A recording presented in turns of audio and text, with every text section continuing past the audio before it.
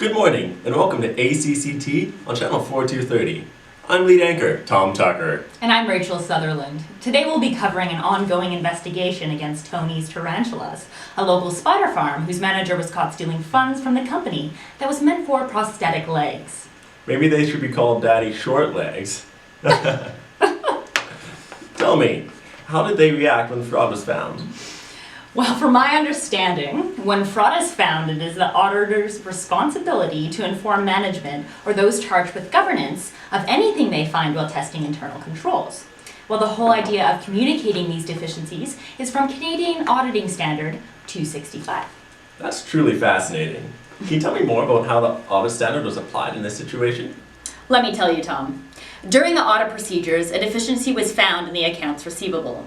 The deficiency was due to management override. Tony was functionally capable of creating a false vendor and removing the funds from the business without sufficient controls to prevent him.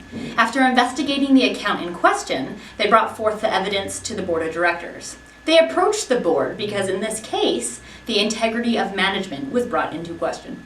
Accountants were so thorough. Why didn't they catch this fraud earlier? Well, Tom, it's actually a common misconception that accountants are expected to find fraud when they conduct an audit. Because most companies have so many transactions in a year, a method called sampling is used to efficiently save time and money. But if they don't look at every transaction, how can you say for sure if a company is being entirely truthful? That's the thing, and no audit is ever 100% sure. What is provided is called reasonable assurance that the financial statements are correct.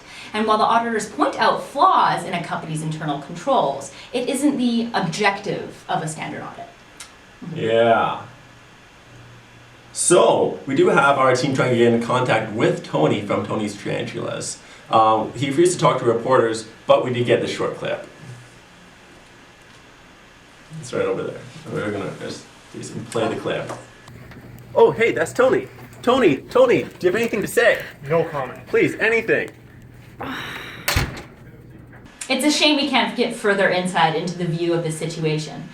What we'll do now is hand it off live to our local correspondent, Jane Doe, who is down at Thompson Rivers University at an auditing class. And what she's doing is she's interviewing the auditor who actually was in control, or the managing auditor, for Tony's Tarantulas case. Here's to you, Jane. So I asked him, you did what for how many jelly beans? Oh. Thank you, Jane Doe, our local correspondent, and now a word from our sponsors. Are you tired of not knowing how to communicate deficiencies in internal controls to those charged with governance and management? Finally, the Canadian Audit Standards has a solution for you, CAS265. With just one dose, you will be able to effectively communicate with boards and managers. You will understand how to identify a deficiency in internal controls, and you will be able to use your professional judgment to decide the level of significancy in any deficiency. Yes, we've said it, professional judgment is free with every purchase of CAS265. Act now and you will receive the extension pack that will allow you to act timely to avoid associated risks. You can turn that confused client into a happy one with our patented product, CAS265. Side effects might include working long hours, knowing more than your peers, nausea from working too much, being a smartass, headaches, also from working too much. Please consult your CPA body if you have any adverse side effects that are not previously identified on this list. Well, that's gonna do it today at channel 4230. Here's to you, Kamloops. I'm Tom Tucker, and stay professionally prudent. And I'm Rachel Sutherland. Keep fit and have fun.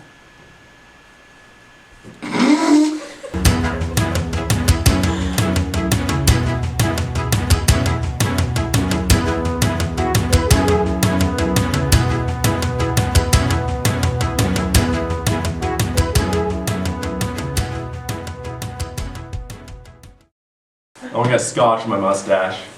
I just groomed it and waxed it. Okay, this